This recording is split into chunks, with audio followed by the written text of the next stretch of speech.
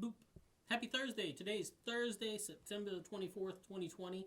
Today's daily Bible readings come to us from Psalm 78, 1 through 4, and 12 through 16, Isaiah 48, 17 through 21, James 4, 11 through 16, or you could have read Psalm 25, 1 through 9, and Ezekiel 12, 17 through 28, and end up again with James. And I'm going to look at James today and talk about the best laid plans. You've probably heard that phrase before, right? The best laid plans of mice and men. Extra points if you know where that comes from. Anyway, and what got me thinking about this today, and in relation to our text from James, is how we're already I've got people on Facebook telling me that I should be counting down to Christmas, and we haven't even hit October yet. Let me get past Halloween before you tell me to start counting down to Christmas. And some of y'all, I hate to say it, but some of y'all started in June, so it's like we're laying out plans for weeks and months in advance. But that's what we do as human beings. We plan our lives out based on the future and what we think we know of it.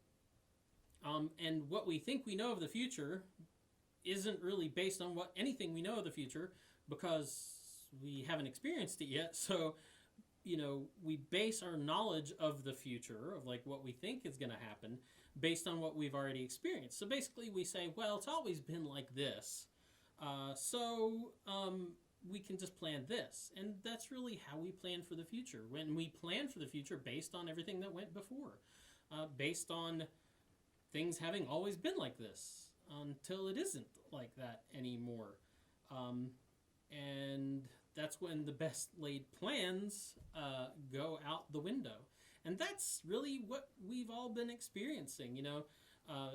Everybody has had to plan for a new future that has a resemblance to what we've experienced before. But we're coming face to face with the fact that we really have no control over tomorrow. We have no control over the future.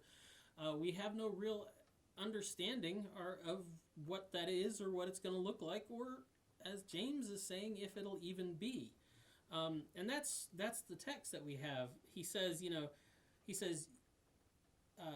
this was, okay, I'm just going to read to you what he says. He says, "Come now," this is starting in verse 13. "Come now, you who say, 'Today or tomorrow we will go to such and such a town and spend a year there doing business and making money. Yet you do not even know what tomorrow will bring. What is your life? For you are a mist that appears for a little while and then vanishes. Instead, you ought to say, if the Lord wishes, we will live and do this or that.' Yet you do not know what tomorrow will bring." We're relearning, I think, in these days, the truth of what James is saying. And for some of us, it is a much harder lesson than others. Some of us, it's not that hard, because some of us and some of our neighbors, they've never really had that much of a predictable future anyway. So if you're having to learn this lesson for the first time, that you just don't know what tomorrow might bring or what it might be like, you should probably be thankful for that. And I think that's part of what we're experiencing now too. That we're mourning the future that we never really were assured of in the first place, instead of giving thanks, honest thanks, for the present that we've been given.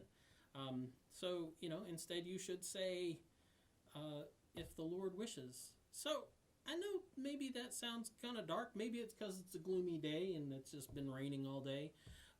But I don't really think that's what James is after. James is dealing with the kind of arrogance that we as humans kind of, work into our lives, where we pretend to know what the future holds, and we plan our lives away. I had an kind of experience with that a few weeks ago, where I realized, it's like I haven't come to grips with what today brought, and people are wanting me to plan out for months in advance things that I have no idea what it's even going to look like then, and nobody else knows. So, maybe we should just admit that our best laid plans are based on only what we've experienced, and we should probably focus on being more thankful and for the day that God has given us, and hope for the tomorrow that He will give us as well. So that's the DBR for today. Have a good rest of your day, a good afternoon and evening, and we'll be back tomorrow. Actually, it's Thursday, so that means Huggins will be back tomorrow to give you all kinds of good learning on, he'll probably pick a psalm just between you and me, but on the scripture for tomorrow. So we'll see you later. Boop.